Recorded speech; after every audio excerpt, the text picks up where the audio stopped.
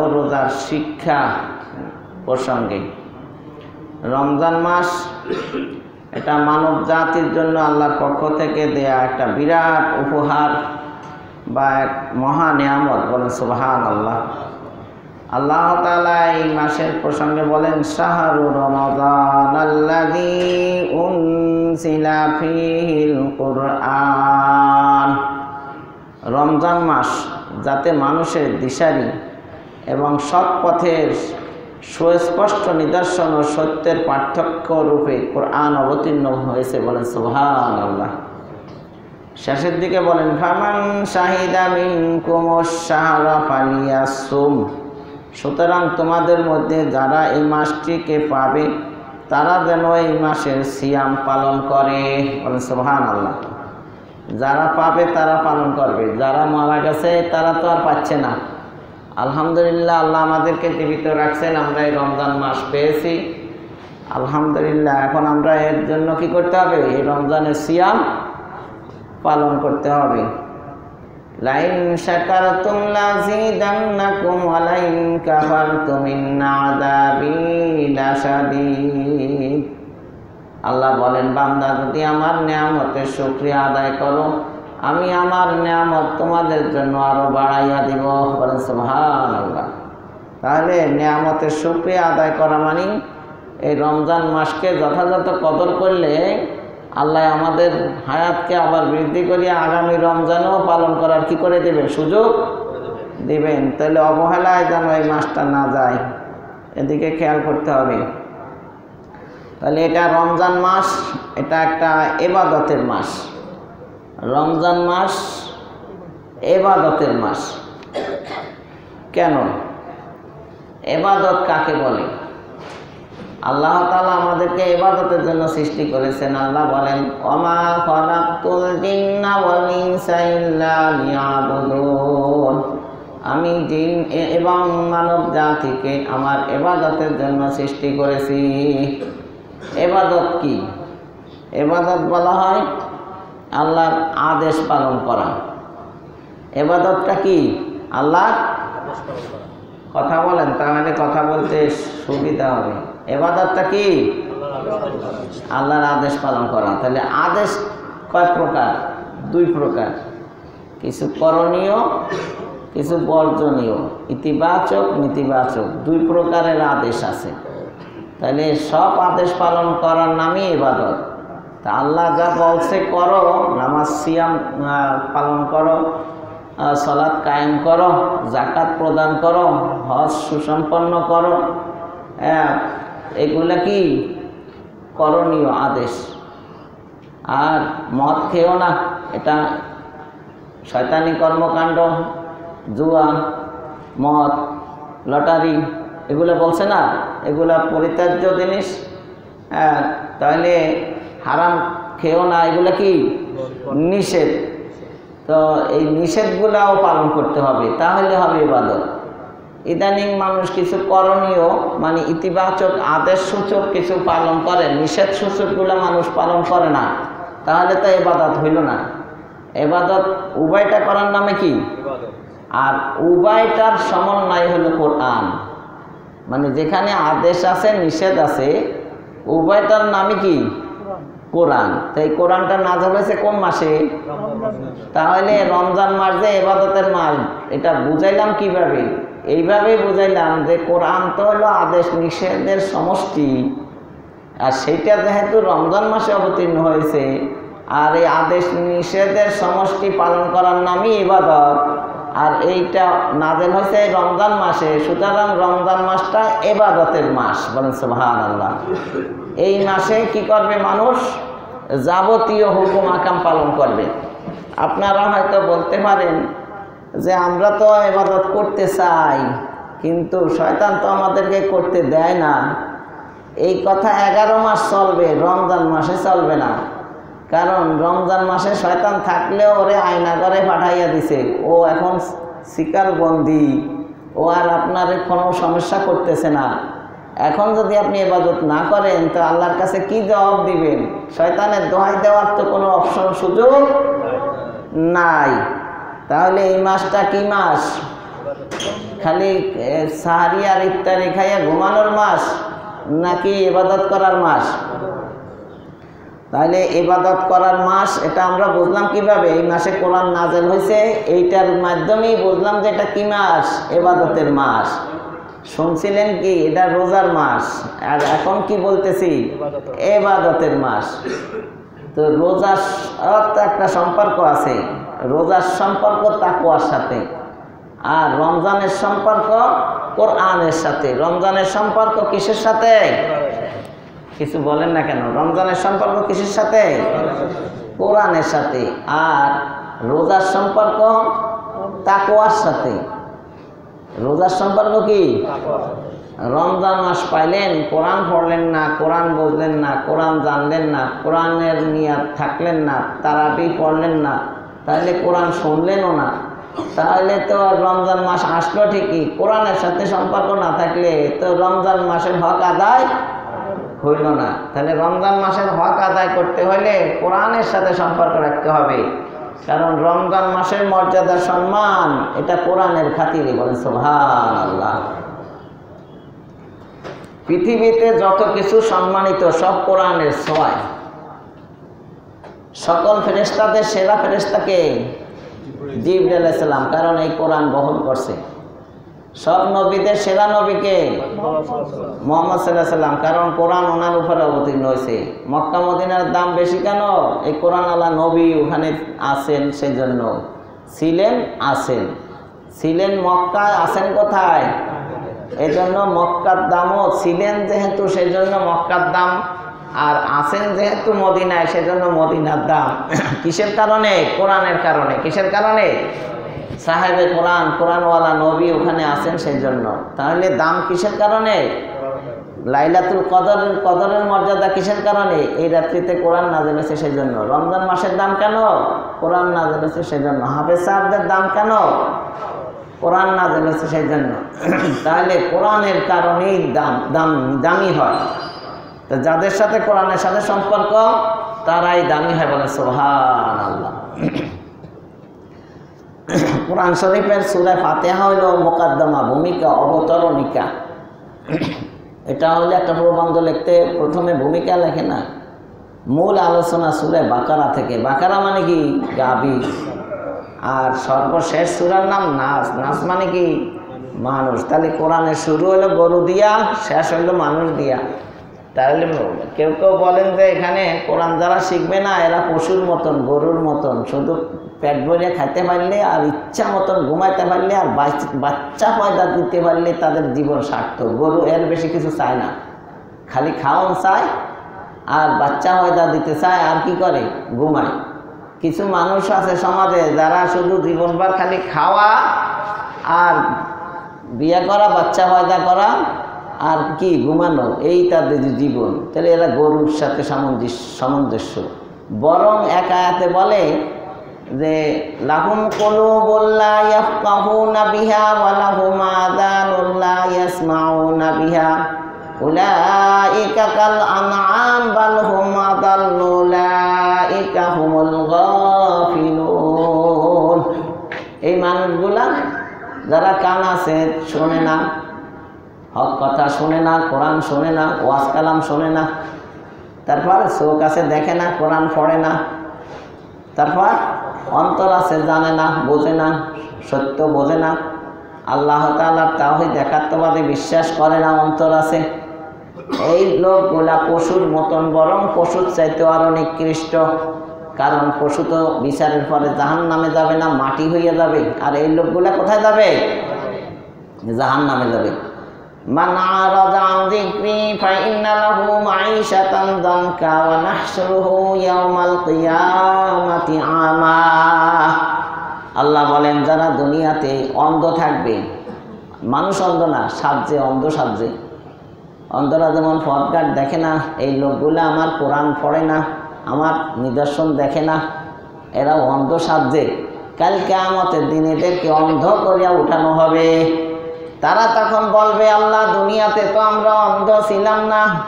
আল্লাহ বলবে তোমরাও অন্ধ সাজ্জালা, আমার আয়াতকে তোমরা দেখো নাই। সুতরাং আজকে তোমরা অন্ধ হয়ে ওঠো। সেদিন আমাকে তোমরা ভুলে গিয়েছিলে, আজকে আমিও তোমাদেরকে ভুলে গেলাম। বলেন নাউজুবিল্লাহ। তাহলে কোরআন পড়তে হবে। সাহাবায়ে কেরাম যে মুসলমান হয়েছিল সবাই কি এরকম 7 বছরের বাচ্চা ছিল না 70 বছরের বুড়া ছিল? তাহলে তারা কি কোরআন শেখে নাই? আর আপনারা সব কিছু শিখতে পারেন কিন্তু কোরআন শিখতে পারেন না কেন? তাহলে কি জবাব দিবেন কাল ময়দানে মাহশরে? যারা কোরআন পড়ে না তাদের সাথে একটা শয়তান নিযুক্ত থাকে, আর যারা কোরআন পড়ে শয়তান তাদের থেকে দূরে চলে যায়। বলেন সুবহানাল্লাহ। তাইলে কোরআনের সাথে সম্পর্ক রাখতে হবে। কিসের সাথে? কোরআনের সাথে। তো এই মাসটা ইবাদতের মাস। রমজান মাস কি মাস?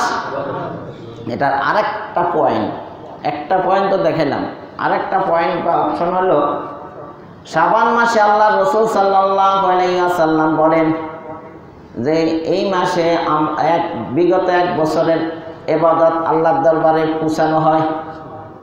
তার মানে রমজান থেকে শুরু করে শাবান পর্যন্ত সব ইবাদত আল্লাহর কাছে পৌঁছায়, এটাই 1 বছর। তাহলে নতুন বছর, ইবাদতের নতুন বছর শুরু হয় কখন?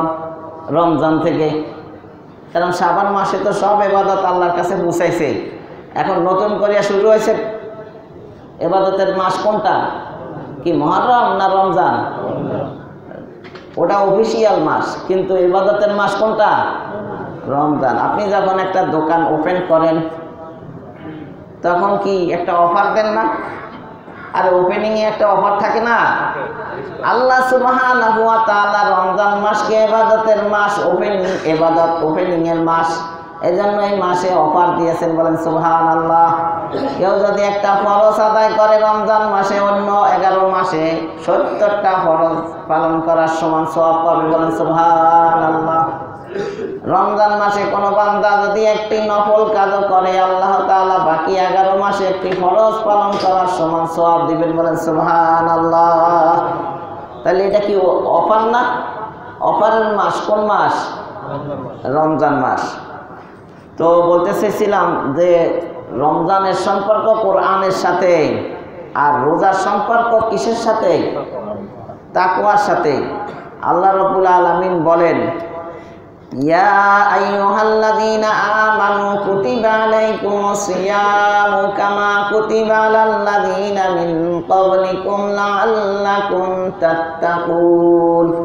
হে মুমিনগণ, তোমাদের জন্য সিয়ামের এই বিধান দেওয়া হলো, যেমন বিধান তোমাদের পূর্ববর্তীগণকে দেওয়া হয়েছিল, যাতে তোমরা মুত্তাকি হতে পারো। তাহলে রোজার সম্পর্ক কিসের সাথে? তাকওয়ার সাথে। তাকওয়ার অর্থ কি? তাকওয়া একটা হলো তাকওয়া ফরজগারি, মানে বেঁচে থাকা, সুরক্ষা, সেফ থাকা, মুক্ত থাকা, রক্ষা পাওয়া, এটা তাকওয়া। তো এটা কোরআনও আছে। কিয়ামতের দিন যে ভয়াবহ অবস্থা হবে, ওই দিনের অবস্থাকে তুলে ধরে আল্লাহ সূরা মুজাম্মিলে বলেন, ফাকাইফা তাত্তাকুনা ইন কাফারতুম ইয়াওমা ইয়াজআলুল বিলদানা শিবা। অতএব যদি তোমরা কুফরি করো তবে কি করে আত্মরক্ষা করবে সেদিন, যেদিন কিশোরকে পরিণত করবে বৃদ্ধে। ময়দানে মাহশরের ভয়াবহতা এত বেশি হবে যে সেদিন শিশু বাচ্চাও বৃদ্ধ হয়ে যাবে। কতটা ভয়াবহ হইলে একটা শিশু ভয়ে আতঙ্কে বৃদ্ধ হয়ে যায়, এটা এখন বোঝানো যাবে না, তখন বুঝবেন। ময়দানে মাহশরের পরিস্থিতি সম্পর্কে আল্লাহ রাব্বুল আলামিন সূরা মুজাম্মিলে বলেন, এত ভয়াবহ অবস্থা যে শিশু বাচ্চাও এই ভয়াবহতা দেখে বৃদ্ধ হয়ে যাবে। ওই দিন তোমরা কি করে বাঁচবে যদি কুফরি করো? নামাজ না পড়ো, রোজা না রাখো, হজ না করো, যাকাত না দাও, পর্দার বিধান পালন না করো, সুদ না ছাড়ো, তাহলে সেদিন কিভাবে তোমরা নিজেদেরকে সেভ করবে, সুরক্ষা করবে, আত্মরক্ষা করবে, জাহান্নাম থেকে বাঁচতে পারবে? তাহলে কি তাকওয়ার মিনিং কি হলো? ফাকাইফা তাত্তাকুনা, এখানে কি তাহলে নিজেরে বাঁচানো। তাহলে তাকওয়ার মানে কি? তাহলে রোজার সম্পর্ক কিসের সাথে? কথা বলেন না, দেখে তো রোজা হয় না। কথা বলেন, রোজার সম্পর্ক কিসের সাথে? আর তাকওয়ার সম্পর্ক জাহান্নাম থেকে বাঁচানোর সাথে। যে রোজা রাখলেন নিজের জাহান্নাম থেকে বাঁচানো গেল না, এই রোজা হইল না। রোজা রাখলেন, মিথ্যা কথা বললেন, রোজা রাখলেন, গীবাত করলেন, রোজা রাখলেন, মালে ভেজাল দিলেন, রোজা রাখলেন, ওজনে কম দিলেন, 9-6 করলেন, সুদ খাইলেন, ঘুষ খাইলেন, পর্দার বিধান পালন করলেন না, ইসলাম পালন করলেন না, রাত দিন গান বাজনা শুনতে রইলেন, টিভির চ্যানেলগুলা দেখতে রাখলেন, আপনি রোজা রাখছেন, আপনি জাহান্নাম থেকে নিজেরে বাঁচাইতে পারছেন? তা আল্লাহ বলেন রোজার সম্পর্ক তাকওয়ার সাথে, তুমি রোজা রাখবা, নিজেকে জাহান্নাম থেকে বাঁচাইবা। তাহলে এই একটা মাস দেওয়া হলো, শয়তানকে বন্দী করা হলো, শয়তানের অজুহাত দিয়া, দোহাই দিয়া তুমি পার পাবে না। সব 11 মাস তুমি কথা বলার সুযোগ ছিল যে আল্লাহ শয়তানের ধোকায় আমি কিছু করতে পারি না, না, তোমার সেই অপশন রইল না। রমজান মাসে শয়তানকে বন্দী করা হইলো, তাহলে তারপরেও তুমি করলা না কেন? তাহলে কি জবাব দিবেন? তাহলে রমজান মাস কি হাসি খেলার মাস, নাকি খুব গভীরভাবে মানে ইবাদত বন্দেগী করার মাস? মানে এই সিয়াম সাধনা করার মাস, সংযমের মাস। সংযম, বৈধ স্ত্রী আছে, দিনের বেলায় সে সংযম করতেছে, পেটে ক্ষুধা আছে, পকেটে টাকা আছে, সে দোকানে পাটে কিছু খায় না, সংযম করতেছে। সে কোনো খারাপ কাজ তার মনে চাইলেও সে করতে যায় না, সংযম করে। এই তো রোজা হচ্ছে। রোজাও রাখলাম, বকবক করলাম, ফালতু গল্প করলাম, যা ইচ্ছা তা বললাম, যা ইচ্ছা তা দেখলাম, যা ইচ্ছা তা কল্পনা করলাম, যা ইচ্ছা তা শুনলাম। তাহলে রোজা কি পেটের উপরে ফরজ হয়েছে? নাকি ইয়া আইয়ুহাল্লাযীনা আমানু কুতিবা আলাইকুমুস সিয়াম, রোজা আমি তোমাদের উপরে ফরজ করেছি, নাকি তোমাদের শুধু পেটের উপরে, পাকস্থলীর উপরে আমি রোজা ফরজ করেছি? কি রোজা কি খালি পেটের উপরে ফরজ করছে, না চোখের উপরেও আছে? তো চোখের রোজা কই হইল? রোজা কি কানের উপরে ফরজ করে নাই? রোজা কি অন্তরের উপরে ফরজ করে নাই? তাহলে রোজা রাখবে কি শুধু পেট, না অল বডি? তা রোজা মানে বিরত থাকা, সিয়াম মানে সম মানে বিরত থাকা। তা বিরত থাকবে রোজা শুধু পেটে? পেটে করবো খালি আমার এই রোজা রাখার চাপটা দিছো, খাবার থেকে আমারে বিরত রাখছো, কিন্তু চোখ তো সেই বাকি 11 মাস যা দেখছেন, যা ভাবছেন, যা শুনছেন, এখনো তাই চলতে আছে। তাহলে রোজা তো হইল কই? তাহলে রোজা হচ্ছে আমাদের দেশের মানুষের। তো তাকওয়া, তাহলে রমজানের সম্পর্ক কোরআনের সাথে। কোরআনে যা আদেশ নিষেধ আছে তা সম্পূর্ণ মেনে চলার মাস হইল রমজান মাস। কোরআনে কি আছে সেটাই তো জানে না, যেটুক জানেন সেটুক মানেন কিনা। সুদ খাওয়া হালাল না হারাম? ঘুষ খাওয়া, দুর্নীতি করা, ছিনতাই করা, চুরি করা, ডাকাতি করা, জেনা ব্যভিচার করা, মদ খাওয়া, নেশা করা, যত রকমের বেপর্দা আছে এই পর্দার লঙ্ঘন করা, তো জানেন তো ভালোই। তো এগুলো যদি করেন রোজার মাসে, তাহলে আদেশ পালন করা হয়েছে না? তা আদেশ পালন না করলে রমজানের সাথে কোরআনের সাথে সম্পর্ক। কোরআনের সাথে সম্পর্ক মানে কি? কোরআনের বিধিবিধানের সাথে সম্পর্ক। রমজান মাস পরিপূর্ণ কোরআন মেনে চলার মাস। তাহলে কোরআনের প্রতি ঈমান আনতে হবে, কোরআন পড়তে হবে, কোরআন বুঝতে হবে, কোরআন আমল করতে হবে, কোরআনের প্রচার প্রসার করতে হবে। প্রচার প্রসারের ভিতরে বরকত আছে, খায়ের আছে, রহমত আছে। বলেন সুবহানাল্লাহ।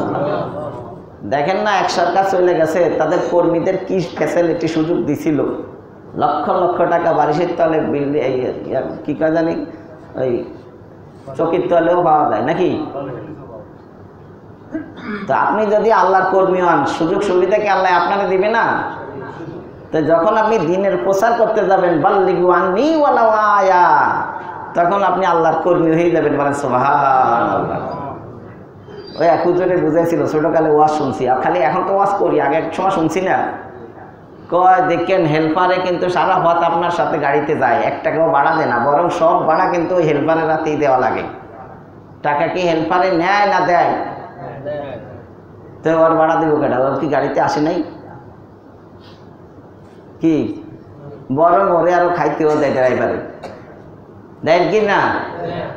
তো আপনি যদি দিন নিয়ে চলেন, দিনের উপরে চলা আর দিন নিয়ে চলা, গাড়িতে চলা আর গাড়ি নিয়ে চলা এক না। হেল্পার গাড়িতে চড়তেছে না, গাড়ি নিয়েই চলতেছে। তা আপনি যখন দিনের উপরে চলবেন এটা এক রকমের ফ্যাসিলিটি সুযোগ পাবেন, আর দিন নিয়ে চলা হইলে আর এক রকম পাবেন। যারা দিনের প্রচার প্রসার করে তারা হেল্পারের মতন দিন নিয়ে চলে, ড্রাইভারের মতন গাড়ি চালাইয়া যায়, এদের ফ্যাসিলিটি বেশি। বলেন সুবহানাল্লাহ।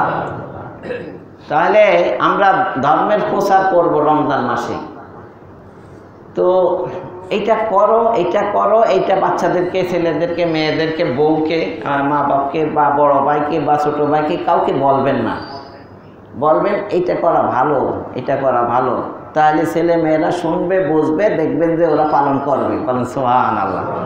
কারণ উদউ ইলা রাব্বিকা বিল হিকমাতি ওয়াল মাওয়াইজাতিল হাসানা, ধর্ম ইসলামের দিকে ডাকতে হবে হিকমতের সাথে, কৌশলের সাথে। আপনি ধমক দিয়ে কিন্তু ইসলাম পালন করাতে পারবেন না। যখন আপনি ধর্ম প্রচার করবেন, নামাজের কথা বলবেন, চলো ভাই আমরা নামাজ পড়ি,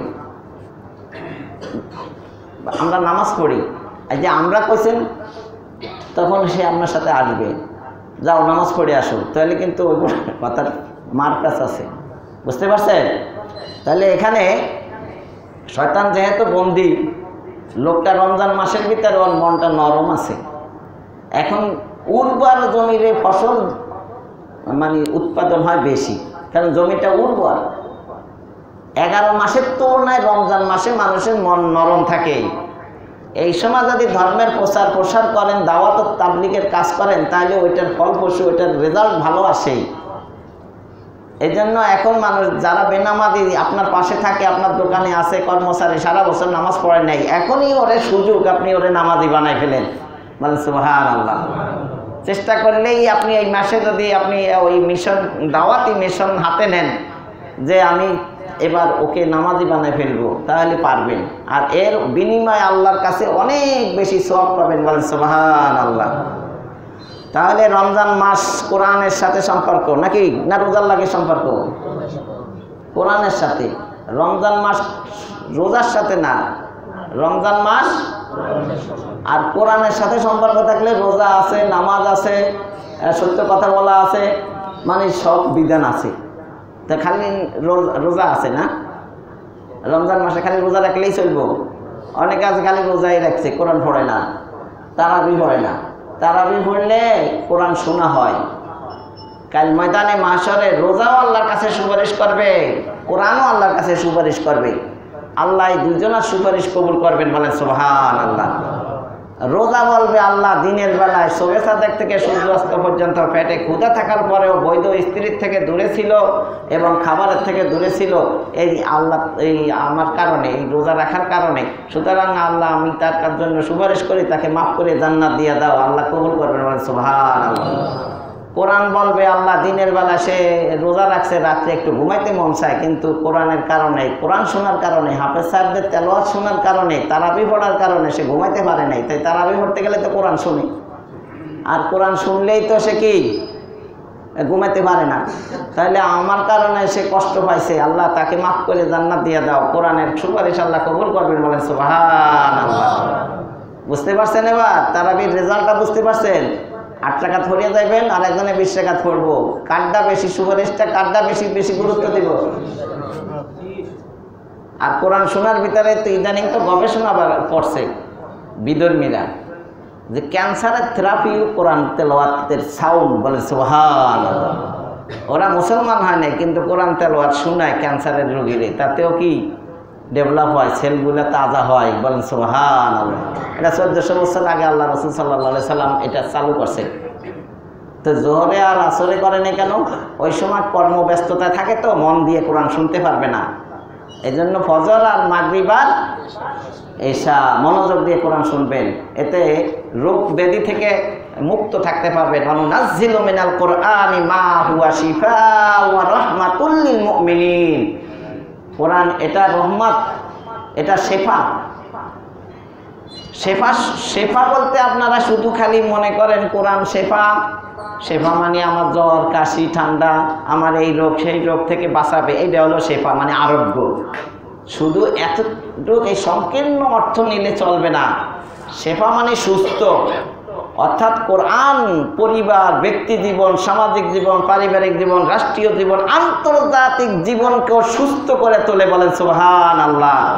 শান্তির পরিবার, শান্তির সমাজ, শান্তির রাজ কায়েম করেন কোরআন। বলেন সুবহানাল্লাহ। একটা মানুষের ভিতরে যত কলুষিতা আছে এই কলুষিতা দূর করে কোরআন। আধ্যাত্মিক ব্যাধি, আত্মার ব্যাধি, এই যত রকমের লোক মানে ঠকানো, প্রতারণা করা, দুর্নীতি করা, ছলছতরি করা, অহংকার করা, হিংসা করা, এগুলা মনের রোগ। এই রোগগুলা দূর করে কোরআন। বলে সুবহানাল্লাহ। মুফাসসিরিনে কিরাম লেখেন যে ঔষধে অন্তরের ব্যাধি দূর করতে পারে ওই মেডিসিনে দেহের রোগ দূর করা তার জন্য আরো সহজ। বলেন সুবহানাল্লাহ। অন্তরের ব্যাধি দূর করার জন্য কোরআন অবতীর্ণ হয়েছে। তাহলে দেহের ব্যাধি কি দূর হয় না? 100% হয়।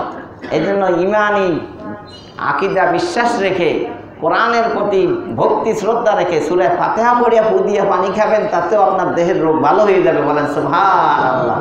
সূরা ফাতিহার আর এক নাম সূরাতুশ শিফা। সূরাতুশ শিফা।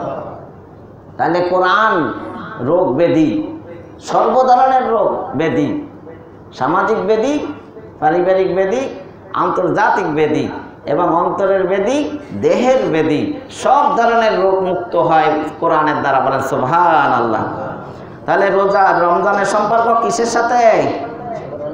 কোরআনের সাথে। তাহলে কোরআনে কি কইছে? গান শোনা হালাল কইছে না হারাম? তাহলে রমজানের সাথে যদি কোরআনের সাথে সম্পর্ক হয় আর কোরআন যদি গান শোনা নিষেধ করে, তাহলে রমজান মাসে যারা গান শুনবে এদের রমজান মাসের হক আদায় হয়েছে নাকি? তাহলে রমজানের হক আদায় করতে গেলে সুদ খাওয়া যাবে না, ঘুষ খাওয়া যাবে না, কোনো রকমের অপকর্মের সাথে জড়ানো যাবে না। তাহলে আর রোজার সম্পর্ক কিসের সাথে? তাকওয়ার সাথে। আপনার নিজের বিশ্বাস নিজের উপরে রাখতে হবে। কেউ নাই এমন তো অবস্থায় আপনি চিন্তা করেন তো, আসলে আপনি এই মুহূর্তে মারা গেলে নিজেরা কি সুরক্ষা করতে পারবেন? জাহান্নাম থেকে বাঁচাইতে পারবেন? তাহলে কোন আশা নিয়ে বসে আছেন চুপচাপ? এই জন্য রমজান মাস একটা সুযোগ, ক্রন্দন করিয়া হোক, তওবা করিয়া হোক, ইস্তেগফার করিয়া হোক, ইবাদত বন্দেগী বেশি করিয়া হোক, জান্নাত চাই। এই জন্য আল্লাহ রাসূল বলেন রমজান মাস আসলে তোমরা জাহান্নাম থেকে মুক্তি চাও আর জান্নাত চাও। আল্লাহুম্মা ইন্নী আসআলুকাল জান্নাতা ওয়া আউযু বিকা মিনান নার। আল্লাহ জাহান্নাম থেকে মুক্তি চাই এবং জান্নাত চাই। জান্নাত চাওয়ার কথা বলা আছে। শুধু চাইলেই হবে, কাম করতে হবে না, জান্নাতের কাজও করতে হবে, জাহান্নাম থেকে বাঁচার কামও। আমি বললাম আল্লাহ আমি জাহান্নাম থেকে বাঁচতে চাই, ওদিক দিয়ে চুরিও ছাড়ে না, ওই মাপেও কম মানে কম দেয়, মালেও বেজাল দেয়, দুর্নীতি করে, ছলছতরি করে, আবার ওদিক দেখে আমি জাহান্নাম থেকে বাঁচতে চাই। এটা কি মুখের কথা না বুকের কথা? কি মুখের কথা। ও আসলে বাঁচতে চায় না, ও যা আখেরাত পরকাল নিয়ে তোয়াক্কা করে না, ওর ভিতরে কোনো আখেরাতের ভাবনা নাই, ও কুফরি করে। আল্লাহ বলে কাইফা তাকফুরুনা বিল্লাহ ওয়া কুনতুম আমওয়াত। তোমরা তো মৃত ছিলে, কিভাবে নাফরমানি করো? আমি তো জীবিত করছি, আবার মৃত্যু দিব, আবার জীবিত করব, কিভাবে নাফরমানি করো? নাকি এই জীবনই শেষ, নাকি আরেকটা জীবন আছে? এখানে সুখ শান্তি যথেষ্ট। এই জন্যই অনেকে রোজা রাখে না, মনে করে দুনিয়ার নগদ, এখন কষ্ট দিয়ে লাভ কি? পরে যদি জান্নাত না পাইলাম তাহলে তো এখানের হুরও হারাইলাম, ওখানের হুর তো ওই বাকি হুরের আশায় দুনিয়ার হুর হারাই লাইলাম। এর লেগে রোজা রাখে না এরা। দিনের বেলায়ও এরা তাদের জন্য ক্ষুধা পূরণ করে। কারণ কি? এরা নগদের আশা, বাকির আশায় নগদ ছাড়তে চায় না। এই জন্যই এরা এই আলুর চপ, পেঁয়াজ, বাসি বসি খাইয়া রোজার দিনে কাটায়। বেশি ভালো কিছু খাইতে তাও না, আছে না অনেকে। ওই যে লাল পর্দার ভিতরে ঢুকিয়া খাইতে আছে, কি খাইতে আসো? এই খাইয়া তুমি আল্লাহর বড় একটা বিধান লঙ্ঘন করতে আসো, রমজানের মতো একটা সম্মানিত মাসকে অপমানিত করতে আসো, তোমারও অবস্থা কাহিল হবে। আল্লাহ ছাড় দেন, ছেড়ে যারাই রমজানের মর্যাদা দিবে, সম্মান করবে, আল্লাহ তাদের মর্যাদাও বাড়াইয়া দিবেন, বলে সুবহানাল্লাহ। এই জন্য শিশু বাচ্চাকেও যদি খাওয়াইতে হয় আড়ালে নিয়ে খাওয়াইবেন, কোনো রোজাদারের সামনে খাওয়াবেন না। এতে করেও রোজা রমজানের কি হয়? অপমানিত করা হয়। তাহলে এই রমজান মাসে বেশি বেশি তওবা করতে হবে, ইস্তেগফার করতে হবে, কান্নাকাটি করে, দোয়া করে, মোনাজাত করে। এটা মোনাজাতের মাস, আপনারা মোনাজাত কমাইয়া দিচ্ছেন কেন? কারণ এই সূরা বাকারার যে আয়াতটা পড়লাম 185 এই রমজান মাসের, এর পরের আয়াতই বলছে আপনার কাছে যা বান্দা, আমার বান্দারা যে জানতে চায় আমার ব্যাপারে, আমি খুব কাছেই আছি, বান্দা ডাক দিলে আমি তার ডাকে সাড়া দিই, বলেন সুবহানাল্লাহ। এটা তো রমজান মাসের আলোচনা করতে যাই এই আল্লাহ বলছেন। তাহলে এটা রমজান মাস দোয়া কবুলের মাস, যত বেশি দোয়া করবেন ততই ডাইরেক্ট আল্লাহর কাছে বুঝবে, বলেন সুবহানাল্লাহ। ভায়া মাধ্যম হইয়া না, সরাসরি। তাহলে রমজান মাস ঘন্টার পর ঘন্টা দোয়া করার মাস। ওই আল্লাহুম্মা আমিন বিরহমাতিকা ইয়া আরহামার রাহিমিন, হুজুরে ফরমালিটি করে, আপনারাও একা একা ওরকমই করেন। হুজুর তো বেশি কথা কইল না, তা আমি আপনাগুলো বেশি কথা কইলে আপনারা বাকি কাজ করবেন কীভাবে? এটা আপনার পার্সোনালিভাবে আপনি তাহাজ্জুদ করিয়া শেষ রাত্রে উঠিয়া কাঁদেন, বা অন্য সময় ইফতারি সামনে নিয়ে বসে মোনাজাত করেন, বা অন্য সময় করেন, ঘন্টার পর ঘন্টা মোনাজাত করবেন। যেমন রোজার আসল উদ্দেশ্য কি? নিজেকে জাহান্নাম থেকে, এত কিছু করলেন কিন্তু জাহান্নামে যাইতে হইল, তাই লাভ হইল কি? তা আসল কাজটা হলো জাহান্নাম থেকে নিজেকে কি করা? সেভ করা, বাঁচানো। ঠিক নামাজ পড়লেন, রোজা রাখলেন, দান করলেন, খয়রাত করলেন, অনেক কিছু করলেন, কিছুই পাইলেন না, তো করে লাভটা কি হইল? তো এই পাওয়ার জন্য আল্লাহর কাছে কি করতে হবে? আর যাতে আল্লাহ দেয় এই জন্য নামাজ কর্মও করতে হবে। আল্লাহর সাথে একটা সুসম্পর্ক তৈরি করে কি করতে হবে? চাইতে হবে। আল্লাহর কাছে যে চাইবে না, আল্লাহ তার উপর অসন্তুষ্ট, যে চাইবে তার উপর আল্লাহ কি সন্তুষ্ট। এটা হাদিস। না চাইয়ে চুপ করে থাকলে কিন্তু আল্লাহ আপনার উপরে নারাজ। যত বেশি চাইবেন। আর দোয়া মুখ্য ইবাদত, এই আসল ইবাদতের মূল ইবাদতটাই হলো মোনাজাত। এতদিন শুনছেন নামাজ, রোজা, হজ, যাকাত, এটা মোনাজাত, আর আজকে শুনে যান দোয়া করাটাই মোনাজাত। এইটাই আল্লাহ রাসূল বলেন এইটাই আসল। কারণ যখন দুইটা হাত উঠাইবেন, তাহলে কি আপনি আখিরাত বিশ্বাস করেন না? বোঝা যায় না আখিরাত বিশ্বাস করেন। হাত উঠাইলেন, এটা কি বিশ্বাস করে, কি মিন করে? আপনি আল্লাহকে বিশ্বাস করতেছেন, এটা মিন করতেছে না। হাত উঠাইলেন মানে আপনি অভাবী। আর একজন আছে যিনি দাতা, কে সে? তাহলে তো আপনি আল্লাহ মানতেছেন। তো আল্লাহ যখন হাত উঠাবেন তখন তো আপনি আর মুওয়াহিদ, একাত্মবাদে বিশ্বাসী, আপনি তো আর শিরিক করতেছেন না, আপনি তো কোনো সৃষ্টির কাছে কিছু চাচ্ছেন না, স্রষ্টার কাছে চাচ্ছেন। এই জন্য যত বেশি চাইবেন তত মন নরম হবে, ইবাদতের আগ্রহ বাড়বে, ইবাদত বন্দেগী করার প্রতি খুবই মজা পাইবেন, টেস্ট লাগবে। যারা মোনাজাতের সময় বেশি দেয় তারা কোরআন তেলাওয়াতেও মজা পায়, তারা নামাজ পড়তেও মজা পায়, তারা আল্লাহ জিকির করতেও কি পায়? মজা পায়। তাহলে মোনাজাত কমাইয়া দিয়েন না, বাংলায় বললে হবে। যে ভাষা যে বলি কহে নরগণ, সেই ভাষা সেই বলি আল্লাহ বোঝে আপে নিরঞ্জন। আল্লাহ সব ভাষায় কি আপনি আপনার মতো করে বলতে থাকেন, চাইতে থাকেন, আল্লাহ দিবেন। তাহলে রমজান মাস গুনাহ বর্জনের মাস, রমজান মাস বেশি বেশি ইবাদত করার মাস, রমজান মাস কোরআন তেলাওয়াত করার মাস, রমজান মাস ইস্তেগফার করার মাস, রমজান মাস বেশি বেশি মোনাজাত করার, ফরিয়াদ করার, আবেদন করার, চাওয়ার মাস। বলেন সুবহানাল্লাহ।